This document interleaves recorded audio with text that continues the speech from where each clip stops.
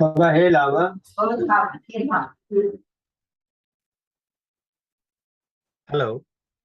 Hi friends. Good morning to all of you. Hi friends. Good morning to all of you. We are here again with our new session in the series of 12 webinars, which are brought to you by GP Clinics through docislive.com, which is our own digital platform. Let me also add here, as we are moving in the series, more and more people from across India joining with us, as from Kerala, J&K, Manipur, Assam, Tamil Nadu, Maharashtra, and many more such states, which is quite encouraging. For those who have, though it sounds repetitive, but for those who have joined new, I am Dr. Agarwal, editor and publisher of GP Clinics.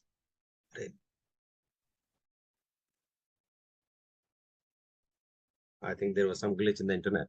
Though it sounds repetitive, but for those who have joined new, I'm Dr. Agarwal, editor and publisher of GP Clinics, which is a CME journal for family physicians. It's being published every month for 12 years. Today, it is our fourth webinar in the series, and the subject is constipation, a gut in slow motion.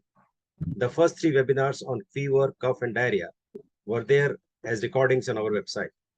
I hope all of you must be getting GP Clinics copies regularly. I would request you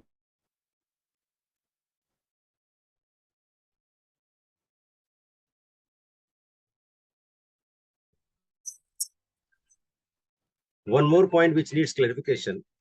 Last time, few people faced problems in locating chat box to ask questions. Please note, the chat box is just below the poll window. You just need to scroll down a bit to type your question. Lastly, the format of the program is the same. For those who have joined new, it's an interactive case-based discussion to approach common symptoms to enable you to make OPD or bedside diagnosis. Again, for those who have joined new, the speaker of the program is Dr. YK Amdekar. He is the speaker for all the 12 webinars. He is a practicing pediatrician for last 50 years. He is currently a visiting consultant to SRCC Hospital, Mumbai, and has been the faculty to Grant Medical College, JJ Group of Hospitals, and Institute of Child Health. He has also been the past president of IAP as well. Now, before handing over to Dr. Amdekar, let me also add here that stay tuned till the last slide when he will discuss something interesting. Over to you, sir. Thank you very much, Dr. Agarwal, and good morning, friends. Now, before I start this session, let me assure you one important thing that you may be looking for from me. Whenever I discuss cases, I'm sure half the number of cases pertain to older children, and the reason is that these are the cases where you also can apply the same logic to adults as well. And therefore, while I am a pediatrician, I have selected cases of older children which are very similar to adults, except very old age, where malignancy is more common.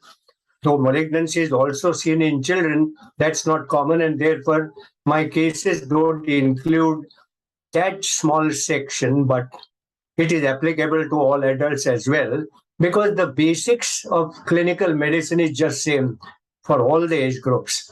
And I'm sure if you have any specific question pertaining to adults, I may certainly be able to answer that to a reasonable, correct way. Having given this kind of an introduction, let's start with today's session, constipation, a gut in slow motion. Can I have the next slide, please?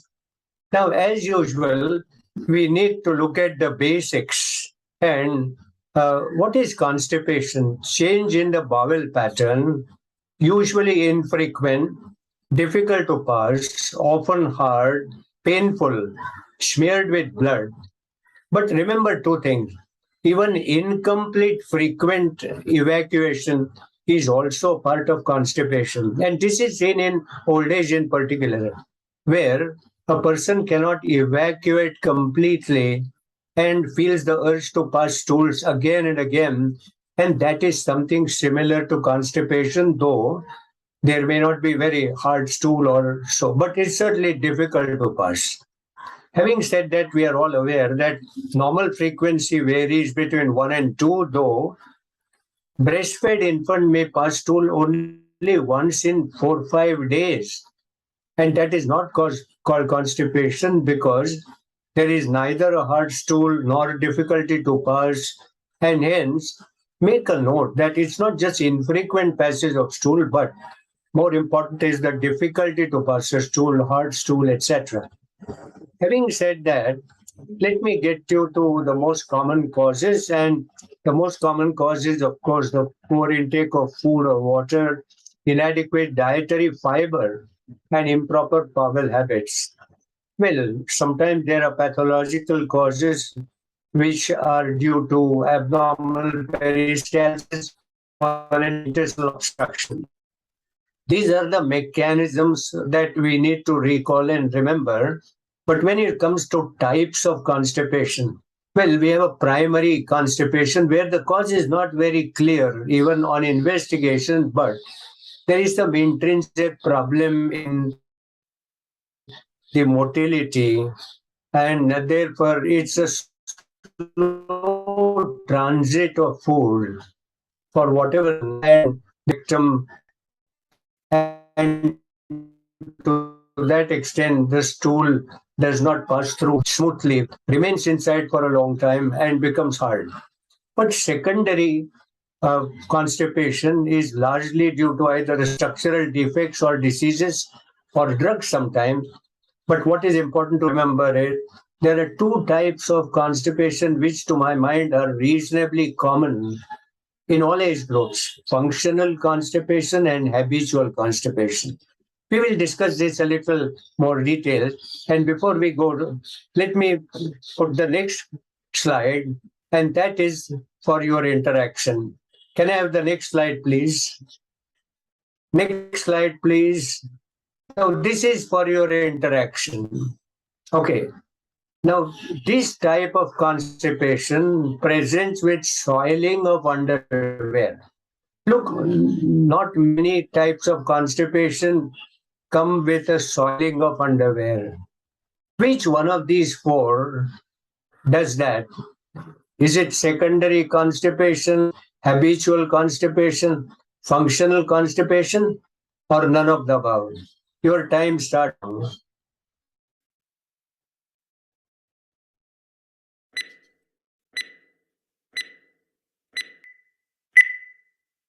Please start the time.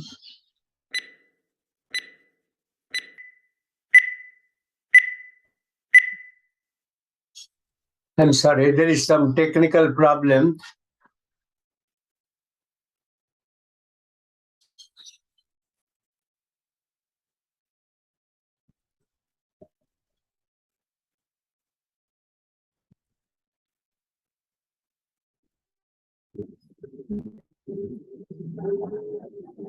Okay, you got some results. All right.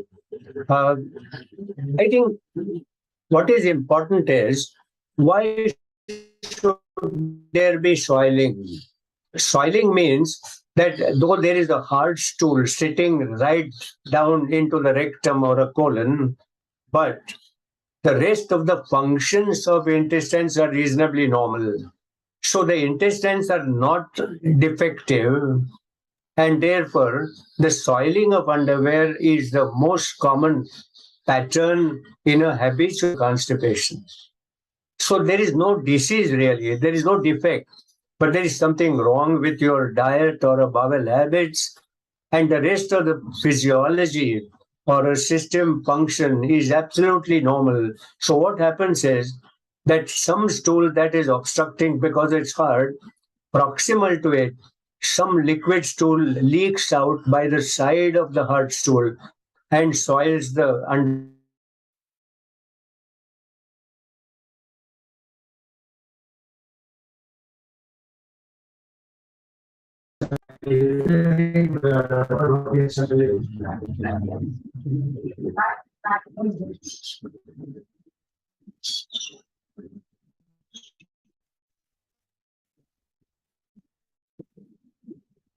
Yes, so what I was trying to say is that you had this kind of a habitual constipation known by the soiling of that.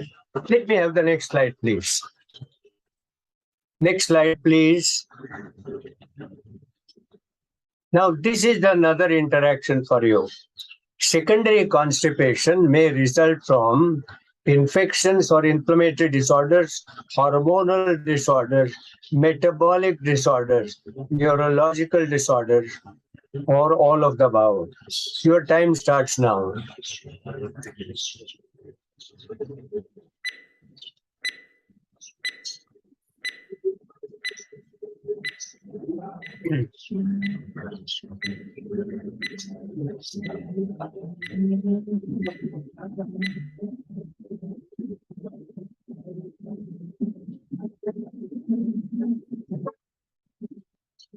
Very good.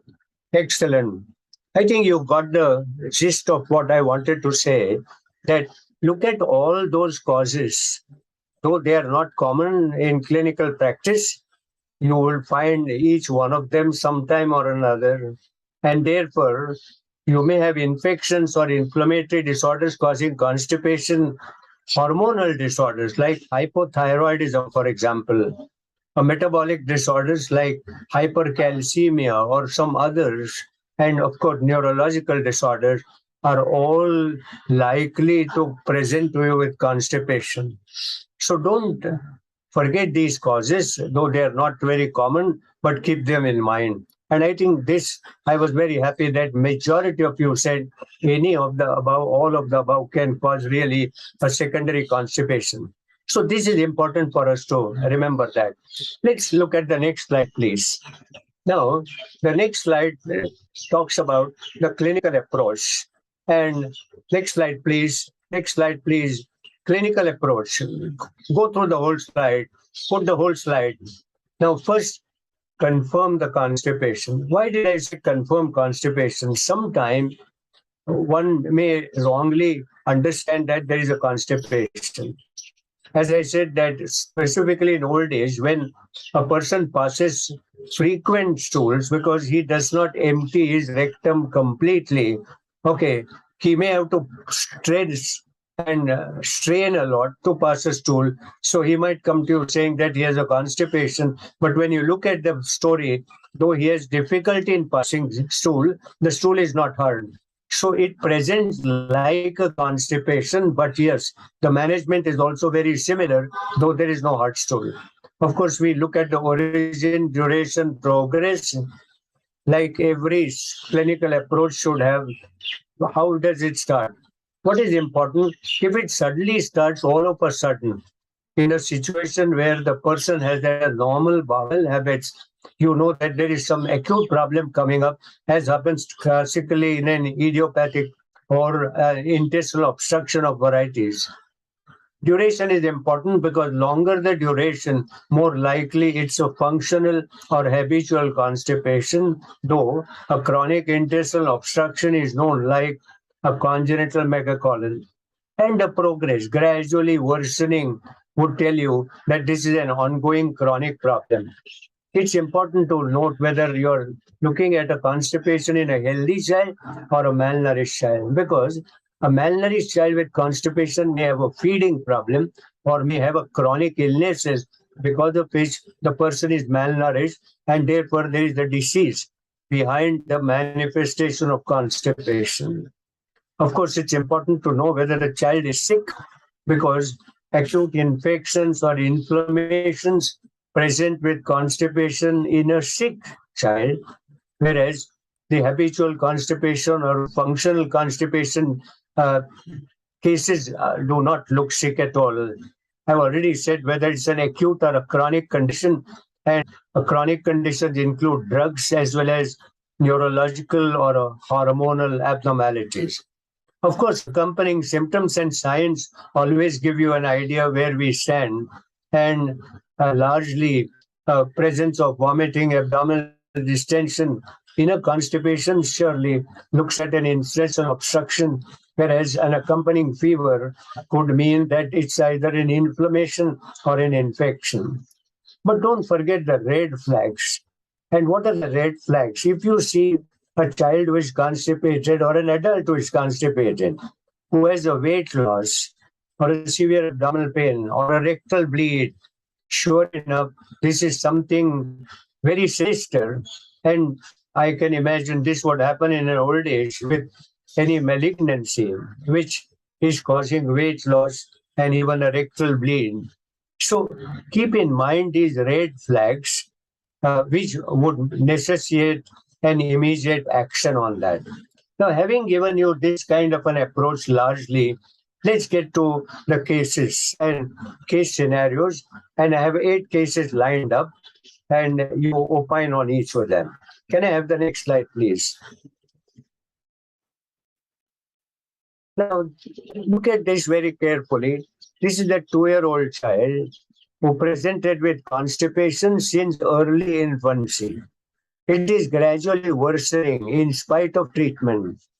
He was breastfed for 6 months and thereafter started the complementary feeds and has presented with poor weight and appetite, though the development is normal. So make a note of this, starting very early, gradually worsening. What does it mean? It's a slowly progressive constipation. The disease is slowly progressive and obviously has caused poor weight and appetite. Normally, breastfed babies are not constipated. When a breastfed baby is constipated, take it as something not simple.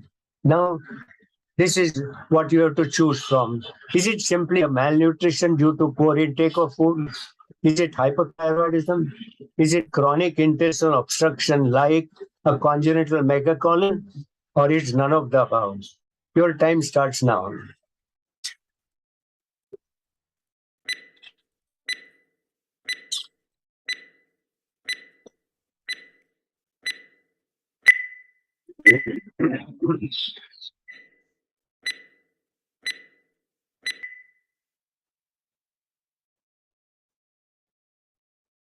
Excellent. Again, majority of you have said that, though equal number have also suggested it could be a malnutrition due to poor intake of feed. Now, what is more important is that if this child has had right from infancy, then it is unlikely that it's going to be slowly progressive. That slowly progressive suggests that there could be a slowly worsening intestinal obstruction. Well, those who said it was malnutrition were not totally wrong. Okay. But what is important is here, I've said development is normal, which means this 2-year-old is able to walk, able to run. And if he was malnourished, that would have not possibly happened. Small little change. I think, but I would give an equal weightage to both malnutrition and chronic intestinal obstruction because I wanted you to see very closely. And here is a clue. Normal development in a 2-year-old suggests a reasonably very good nutrition, though he's faulting a little over time. Anyway, that's fine. Let's get to the next case. Can I have the next slide, please? Now, this is another 2-year-old child. Again, since early infancy. But he has delayed development. He is lethargic. He has a normal weight, but he is very short in length. He has also been on oral iron therapy, like many children at this age are. Now your choice is this a chronic intestinal obstruction? It is drug-induced? Is it hypothyroidism? Or is it some other neurological disorder? Your time starts now.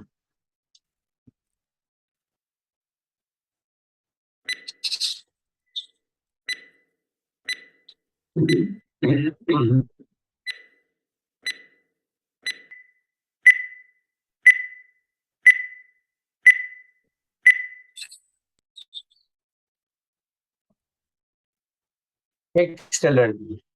I think majority of you got the right answer, though those who said neurological are not too off the mark because after all, hypothyroids have a brain affection and therefore they have a developmental disorder. But the cause is not primary neurological, it is secondary to hypothyroidism. And therefore, please remember, in a small child, hypothyroidism is not uncommon cause of constipation. And if you miss that, then you are ultimately going to end up with a very poor development. And I think that's the reason why I put this case also, because one should keep in mind hypothyroidism as a cause of constipation. Let's get to the third case. The next slide, please. Now, this is a child, put the whole slide on. This is another 2-year-old child who presented with constipation since the age of 9 months. Now, take a note. The first two children started very early in infancy, and you had a congenital megacolon and a hypothyroid there. This child started at 9 months of age. He was initially breastfed. Thereafter, they added on cow's milk, but was taking very little solid food. Physical examination was normal. Now, your choice is, are we dealing with a chronic intestinal obstruction? Is it a functional constipation? Is it a diet related? Or is it habitual constipation? Your time starts now.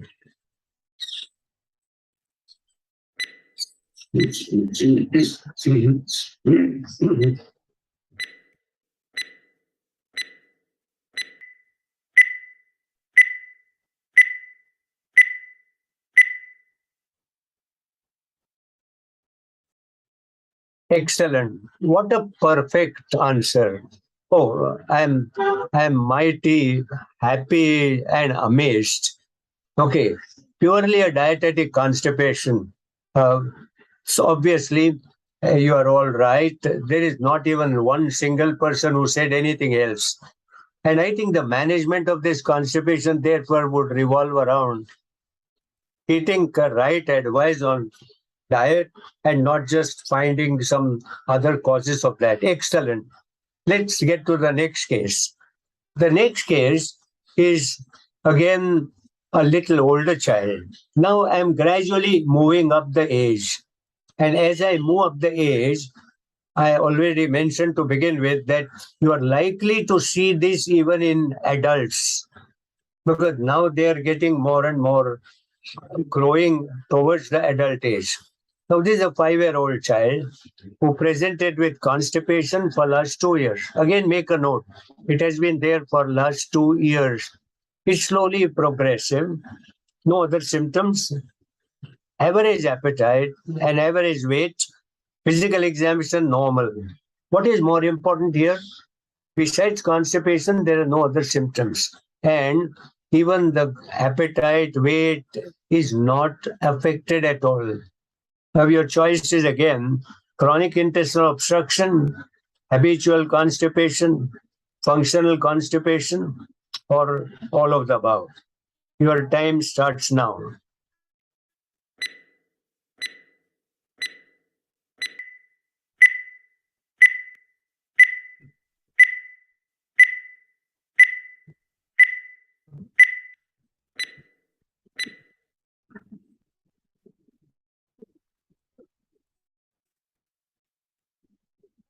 Fine.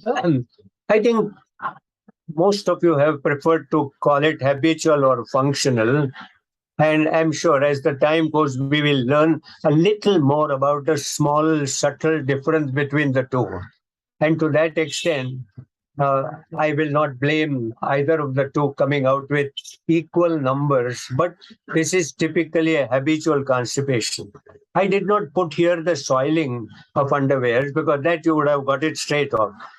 Now, what is a small difference between habitual constipation and a functional constipation? Habitual constipation is purely because of something wrong with your diet, lifestyle, or bowel habits, and therefore it is almost a continuous constipation, gradually worsening slowly over time. It also happens commonly at an age where you start developing wrong habits. Okay. What about functional constipation? The functional constipation is largely related to something wrong with your gut and brain interaction. What do I mean by gut and brain interaction? That the brain is stressed and manifestation comes from the intestines. intestines control the brain. And when this gut and brain interaction is upset, you get constipation, which is often not a continued process, but often on depending on your mind and a level of stress, etc. And more often seen in a little older children. Okay, subtle difference, but good. I think most of you hit on those two rightly. So I have pointed out the subtle difference between the two. Let's get to the next slide, please. Now, in the next slide, I'm coming to even a bigger age group. It is a 10-year-old. Now, he has constipation off and on for last 1 year. Take a note, he started somewhere around 9 years of age. The previous child of habitual constipation started around 3 years of age. That's the time normally you get into wrong habits for whatever reason. This child, of course, could get into wrong habits at any time. Not that this age is exempt from that, but make a note that this is often on constipation with intervening normal stools. There is a mild abdominal pain at times. He has reasonably normal appetite and weight. He is reasonably active. Now again, you have 4 choices to choose from: chronic intestinal obstruction, habitual constipation, functional constipation, or you are talking about none of the two. Your time starts now.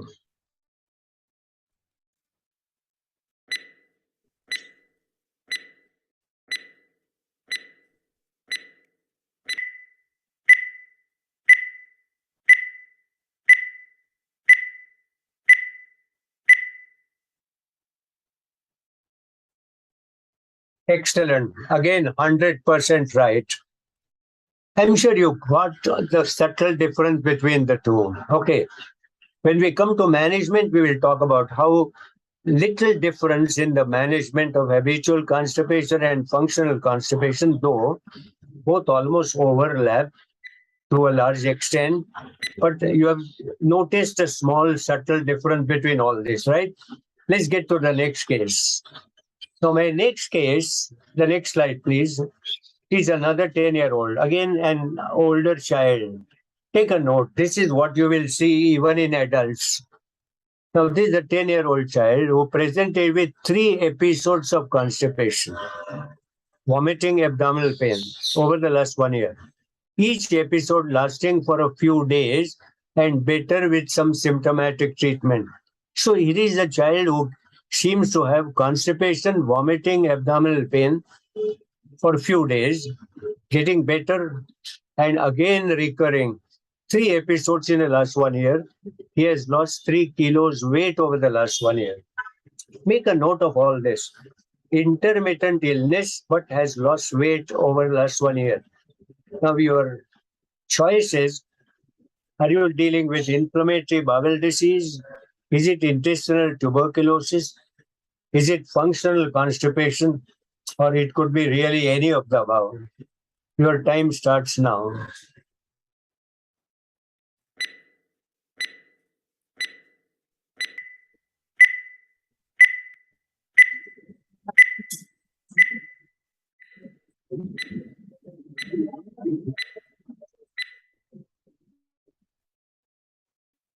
Excellent. Again, bang on what I wanted most of you to say that. Now, how do you really look at this very closely? If you see the story is one of intestinal obstruction, but not acute. But there is some pain, there is some vomiting, there is abdominal pain, and then, of course, constipation. But what is more important is, even when this child has intermittent episodes of constipation, vomiting, and abdominal pain, he has lost 3 kilos weight, which means even during a symptomatic period, he has not made up the lost weight. It suggests that the disease is continuous, but the manifestations are intermittent. You get the difference? The disease is continuous because he has lost 3 kilos of weight. But the manifestations of the disease are not continuous, intermittent. Well, friend, now you will recall in an undergraduate days, you were taught that TB presents with fever off and on. Okay, fever may be off and on. That means in between no fever, but the disease is on all the time. This is typical of tuberculosis, of course.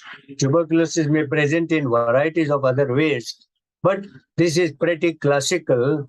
And this is one disease which, this case, I wanted you to take a note how to differentiate between an intermittent disease and a continuous disease with intermittent symptoms.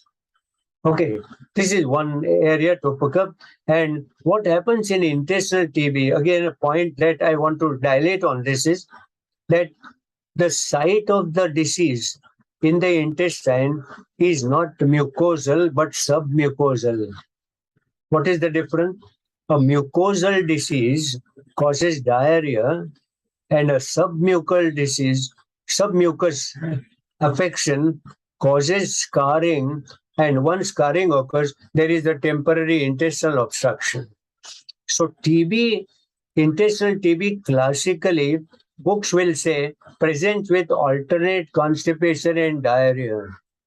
Diarrhea because of the mucosal involvement, but partly and usually it is submucosal.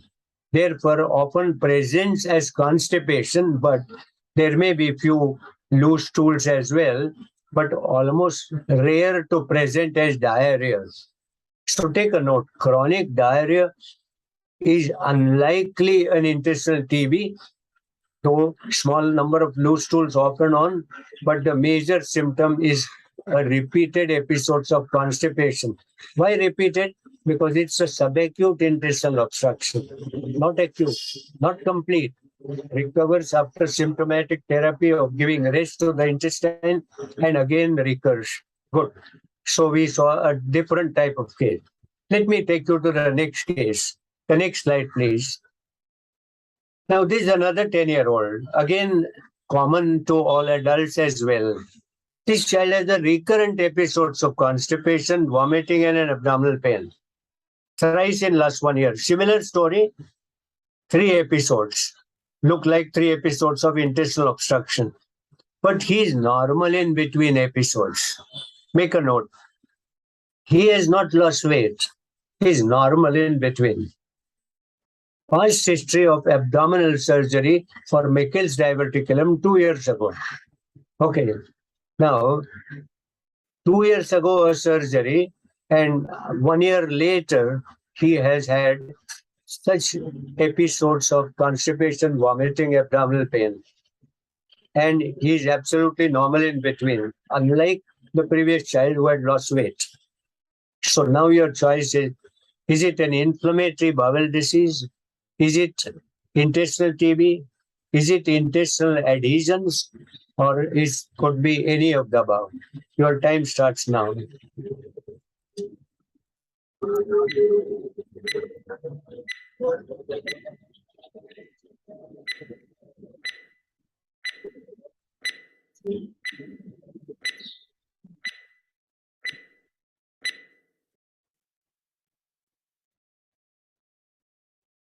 Excellent. You got the whole gist very rightly.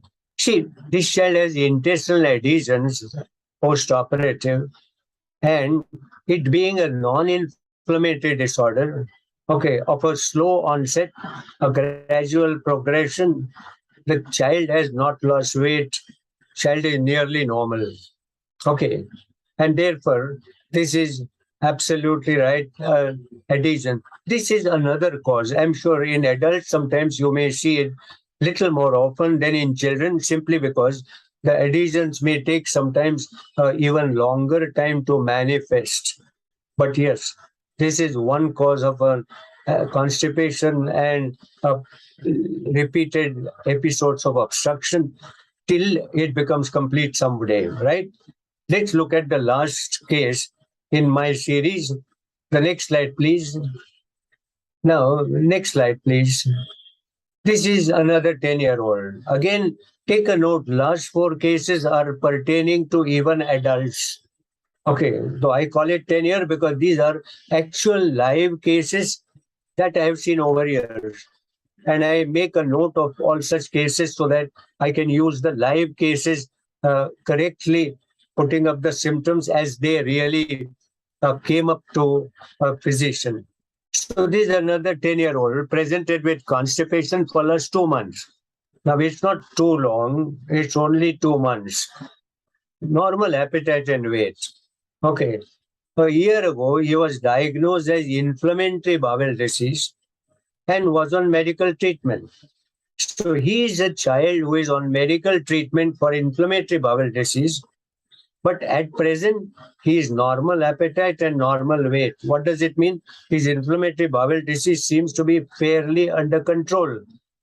Then why is he now coming with last 2 months of constipation? Remember, inflammatory bowel disease may also cause constipation, though more often it may cause some loose stools with mucus, blood, etc. So take a note of all this situation, and now your choice is it an inflammatory bowel disease? Is it intestinal TB? Is it functional constipation? Or is it none of the above? Your time starts now.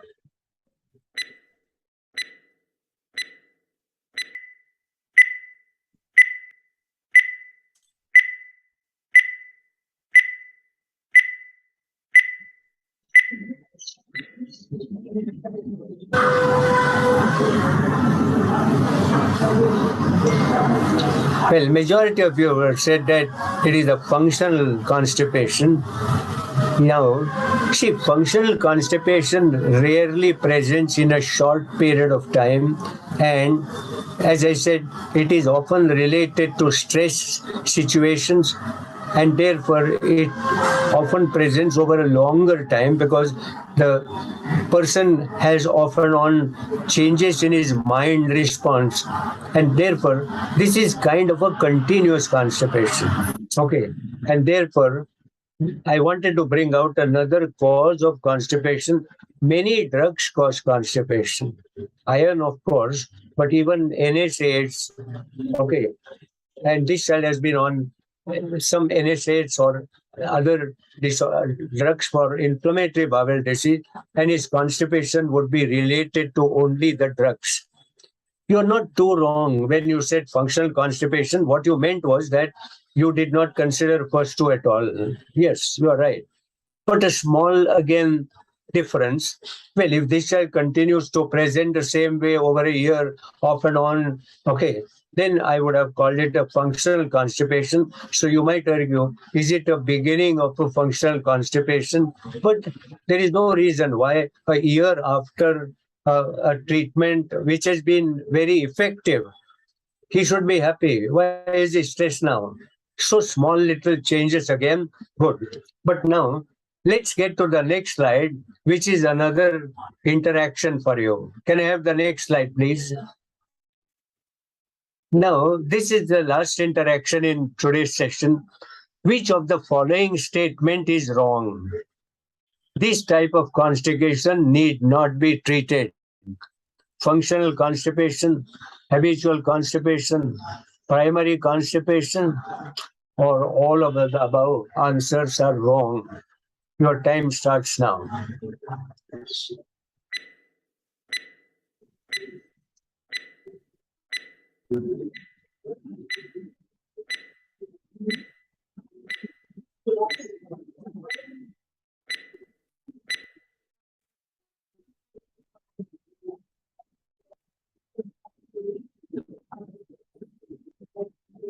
Good. So, most of you said that functional constipation need not be treated. Some have said habitual constipation. Yes, but I wanted to stress one point here. The treatment does not mean only the drugs. Okay. You can treat the patient even without drugs in varieties of ways. That was the catch here. You are right. For functional constipation, you rarely need a drug. But even then, to relieve constipation, short-term treatment is necessary in all of them. But what is more important is a long-term treatment is necessary in all. Why do we say that? Why should every constipation be treated? Okay. After all, constipation is not going to kill anyone. Would it kill anyone? Or would it end up with a very serious complication? The next slide, please. Can we have the next slide? Yes, constipation must be treated. Whatever the cause, the constipation must be treated. And the reason is there are multiple harmful effects of poorly treated constipation. First and foremost is there is a loss of rectal muscle tone, which perpetuates constipation. And if you don't treat constipation in early life, that person is likely to be living with perpetual constipation for his life, because the rectal muscle tone has now gone and it cannot push a stool that is coming into the rectum out into the anus. This is very, very important. So constipation is a kind of an emergency. Well, it's an emergency, not life-threatening, but it would be discomforting for whole life and also may cause some life-threatening illnesses. What are those now? We already said incomplete rectal emptying with a frequent passage of urge to pass stool is also like a constipation and must be treated. What does constipation cause to a person? It's one of the causes of a urinary tract infection. How does it cause urinary tract infection?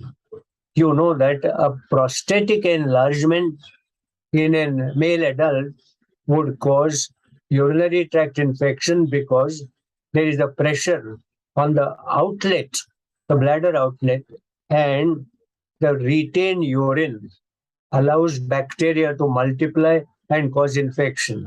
Same thing happens with the constipation. When there is a rectum which is loaded, the lower down pressure over the bladder outlet leads to a retention of urine even after the urine is passed, almost like a prostatic enlargement. And that perpetuates ultimately to cause a urinary tract infection. So please make a note that one of the causes of urinary tract infection is a constipation. Okay, we rarely keep this in mind, right? Of course, there are many other problems like poor appetite, growth is faltering in children, there is an abdominal discomfort and flatulence. But do you know what all surgical complications can also come up because of constipation? You are straining hard. When you are straining hard, you might develop hernia, you might develop piles. So, and finally, you might develop even a rectal prolapse. So these are some of the problems that are related to constipation, and therefore, constipation must not be ignored.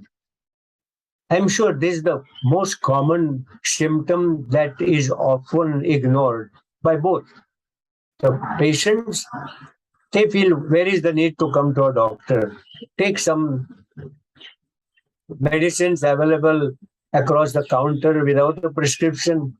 There are advertisements on the channels, how to relieve constipation. Okay, go on taking that. It's important that every constipation is well treated. Well, if you have a small duration constipation in a small duration sickness, like a febrile sickness, you don't have to worry much about it. But even then, you may have to kind of address that situation. This is very, very important. Constipation is a potential threat. May not endanger life right now, but could do so over years. Can I have the next slide, please? The next slide, please. Yes, talks about management. Now, you need to relieve the discomfort of constipation. Okay. And irrespective of whatever the cause, ensure daily bowel movement by stool softener or by osmotic laxative. And I prefer one of the two. Both are extremely safe. Don't use purgatives, but use laxatives. Purgatives kind of wash all the intestinal contents. It might end up with lot of watery stools following a relief of constipation. And it is a strenuous thing. You want a laxative and not a purgative. Lactulose is an excellent stool softener. It's extremely safe. It's a sugar, but it's a sugar that has a side effect of softening a stool with a very little effect on causing flatulence. It's not as sweet as glucose is or sucrose is, and therefore it's not used routinely in our day-to-day life. But lactulose is a good stool softener. Of course, another good osmotic laxative. What is osmotic laxative? It kind of brings in water to that stool and makes it a little soft to pass. And polyethylene glycol is an excellent choice of an osmotic laxative. Well, could you use rectal suppository? Yes. If it's an urgent need to relieve a patient, then you might have either rectal suppository or enema, and sometimes even you might have a evacuation done digitally. Okay. But in children, we often don't use that because it induces fear in them and they start holding back the stool. What about long-term management? I think long-term management is mainly the diet. Okay, and I'm sure all of us know about the adequate fiber in the diet, which can be given by oats or prunes, figs, greens, fruits, whatever. We all know that. And an adequate amount of water also. We must have an ideal bowel habits, which is very, very important, especially for habitual constipation. What happens is typically in an early school age or a middle school age, the children don't pass stool at home, run to the school, and in the school, the washrooms are not clean. So they try to hold back the stools. And doing that, they form this kind of a habitual constipation. Well, lifestyle is important in both functional constipation as well as the habitual constipation. But because lifestyle also includes a proper diet, bowel habits, etc. But when it's a functional constipation, you need a behavioral modification. And by that, we mean that when there is a stress, there is a change in the bowel pattern. Many times it could be little loose stools, or at times it could be constipation. Because the gut controls the emotions. You know that when you see something very frightening, there is something happening in the tummy. And that is because the intestines are cramping. And when you go for an examination, you feel like going to the washroom once more because the intestines find the stress coming and send a signal to the brain that there is something weird happening. And finally, friend, when you ask me, why do you say this? I say it's my gut feeling, not the brain feeling. How important is the gut-brain interaction? And this is one important message, how functional constipation comes up with all kinds of stress, but you may have diarrhea too, because the intestine may decide to overwork or underwork. And physical exercise is important to keep you fit and keep all the muscles in the body fit. You know that physical exercise tones up your muscles, also the cardiac muscle and also the intestinal muscle. This is important for long-term management. Well, secondary constipation is to be treated as per the cause. I will give you the take-home message in my next slide. Next slide, please. Well, I think constipation is a semi-emergency. It's often ignored. And I'm sure quite a few of us also may be ignoring in ourselves. Don't do that. Constipation lasting for more than a few days needs a proper evaluation. Can you imagine a traditional wisdom years ago, generations ago, suggested that every Sunday you take a castor oil and get your intestines in order and clean. The principle was intestinal health is important for a general health of a person. And I think don't ignore constipation. Obviously, secondary constipation needs investigations and proper treatment, but short-term symptomatic management is required for all. And therefore, that should be our aim. But finally, it's a cure that is offered by long-term management, and it's multifactorial. You have a diet and exercise, enough water, and then also behavior modification, and so on and so forth. Friends, with your permission, I want to show you one more slide. And can I have the next slide, please? Can I have the next slide? I'm happy to announce the publication of my latest book, which is titled What Doctors Must Learn. And you can see on the back cover page, largely it is divided into 4 chapters. The first chapter is Doctors Look Beyond Science. Friends, science of medicine is uncertain, and we have to really act by art of probabilities. This is what generations ago William Hostler said. Medicine is a science of uncertainty and an art of probability. And we have to develop this art. How do you develop this art? The second chapter tells you what is the mechanism of each symptom. Today, if I ask my postgraduate student, why does anybody get fever? They are not able to answer it. Fever may not be infection or inflammation. It may be without anything. You get heat fever and drug fever and central nervous system fever, peripheral nervous system fever. We have to understand the basics of each symptom, and each symptom is followed by 8 different types of cases like what we are doing here now. And there are almost 25 common symptoms and another 15, 20 not so uncommon symptoms discussed in my second chapter. The third chapter relates to power of observation. Friends, we often see, but we don't observe.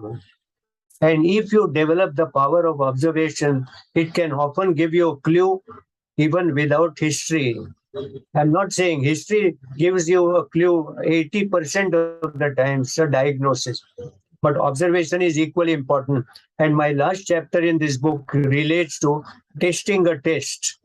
You must know which test to ask for, and for which every one of us must test a test before ordering it. This book is available now on Amazon. And over to Dr. Anupam Agarwal to ask me any questions if time permits. Dr. Agarwal, back to you. Yeah. Before taking questions, let me add here that we may also come out with some. We are in touch with the publisher of the book, and I have gone through the book. It is excellent, and we may also come out with some offer. So just keep watching my WhatsApp group, and we may announce it there. And some offer along with the GP clinics, we can give this book to you, exciting offers, right? So let me take a few questions here. One is, some doctors asked, what is the difference between habitual constipation and pathological constipation? Actually, pathological constipation has an organic pathology. Well, even the habitual constipation has, or a functional constipation has some changes, but not in the body, either in the mind or a habits or a diet. But when you refer to a pathological constipation, it is, as I told you, it could be a gastrointestinal disorder, neurological disorder, metabolic disorder, hormonal disorder, and which means in that kind of pathological constipation, you need to investigate properly and hit the right diagnosis to cure constipation. Whereas when it's a functional or a habitual constipation, your address is not on investigations or pharmacotherapy, but much different in terms of advice on diet, habits, mind control, etc. Right? So that is the major difference.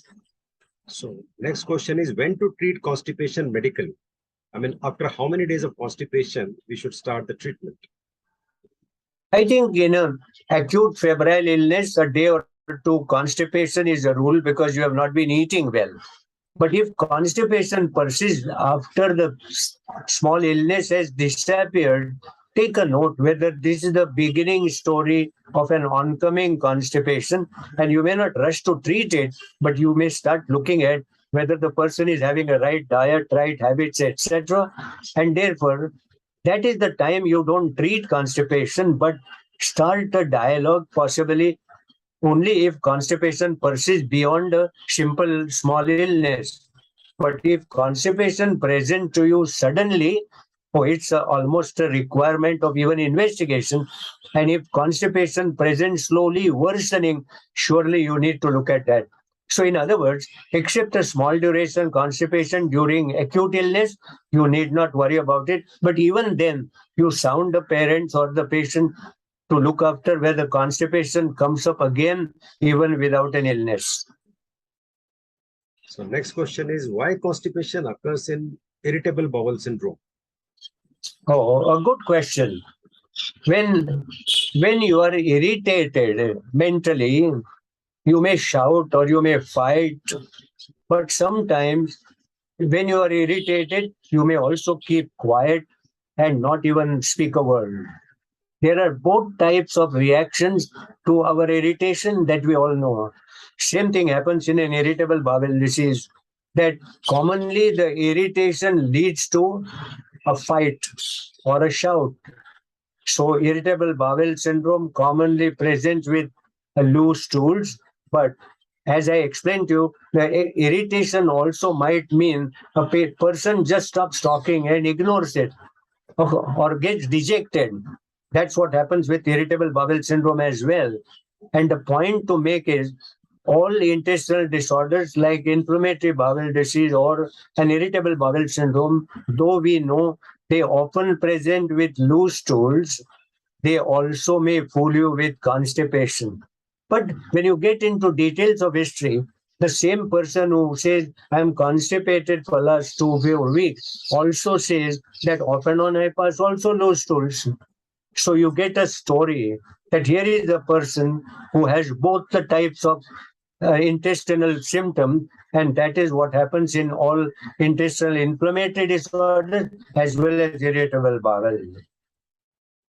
Another interesting question, is it necessary for patients to come to the doctor when drugs to relieve constipations are available over the counter without prescription? I think the available market preparations are only temporary. But the person who has a significant constipation must see a doctor because the doctor has to find out the cause behind constipation. It's like you can go and get an antipyretic paracetamol from the market without going to doctor. But if the fever persists, or if you need every day a paracetamol, you have to go to a doctor. So I feel constipation must be looked up by the doctor and not by the patient himself. Well, emergency, yes, but every constipation must go to a doctor. Parents ignore it, and even we doctors try not to impress on them the need for constipation to be addressed properly. Okay, so there are many questions keep coming, and let us take one last question. How long one can use laxatives? Are they habit forming? Well, everything in life is habit forming. For example, if you decide to work very efficiently, it becomes a habit. If you decide to get up at 6 in the morning, there is an alarm set up in your brain, habit. So I'm sure every drug has a habit forming chance, but a simple stool softener like a sugar is least habit forming. Okay, but all the same, why should anybody take laxatives for a long time? The only time you take laxative for constipation for a long time is if you had mismanaged constipation in your early years. Then, of course, you are stuck up with everyday use of it. At which time, I would say both the osmotic laxative or the stool softener are not really very harmful. But I would end up saying that definitely every drug has a side effect and we should avoid it. Dr. Agarwal, with your permission, I Yeah. found one question. Can I answer that? Yeah, Because sure. it pertains to adult only. And I Sure, wanted to take that specifically because all practitioners also see a lot of adults. This questioner was, why does an adult person with diabetes gets constipation? Okay, what has that to do with constipation? And you are all aware that diabetes affects the nerves and affects the muscles. You know that diabetic neuropathy. Yes, you know how the eyes are also affected. And therefore, the intestinal muscles and the nerves are affected. And that is why the intestinal muscles don't work properly. That's why constipation. But you know that in a person with diabetes, not all organs are equally damaged. Some organs are damaged before the others organ get damaged. Therefore, not everyone has a constipation, but yes, constipation does occur. Thank you, Dr. Agarwal. So it's almost an hour of discussion, and questions are still trickling in. So with your permission, I think we can cover all other questions in the article in GP Clinics in the next issue. Sure, sure. So coming close to this session, thank you, Dr. Amdekar, sir, for this wonderful session. I'm sure all the doctors who are attending this session would agree with me to have hardly heard of a full session on a subject like constipation, which has always appeared to be very inconsequential or with a less important subject. But after attending this session, it appeared there is a lot to know even about constipation. We hope this interactive session would have made learning interesting to help empower your practice. I, on behalf of GP Clinics and dockerslive.com, thank all the doctors who have attended this session. And with each passing webinar, attendance is increasing. Please note the date for the next webinar. It will be 23rd of October, Sunday, 11 a.m. same time. The topic would be vomiting, look beyond the system. Thank you once again to all of you. Good day. Thank you very much. Good day.